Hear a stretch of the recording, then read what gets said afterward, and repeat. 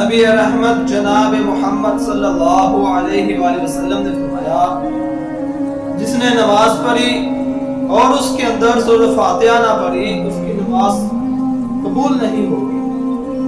میرے محترم بھائیو، ایک اور حدیث میں آتا ہے، سیدنا ابو ہریرہ رضی اللہ تعالی عنہ فرماتے ہیں کہ نبی مکرم جناب محمد صلی اللہ علیہ وآلہ وسلم نے فرمایا کہ جس نے نماز ادا کی اور اس میں سورۃ فاتحہ نہ پڑھی اس کی نماز ناقص ہے۔ نبی علیہ السلام نے 3 مرتبہ یہ بتایا کہ اس کی نماز ناقص ہے۔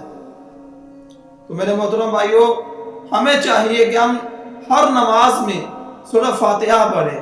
اور سیدنا ابو ہریرہ رضی اللہ تعالی عنہ سے یہ پوچھا گیا کیا ہم امام کے پیچھے ہوں تب بھی ہم سورۃ فاتحہ کو لازمی پڑھیں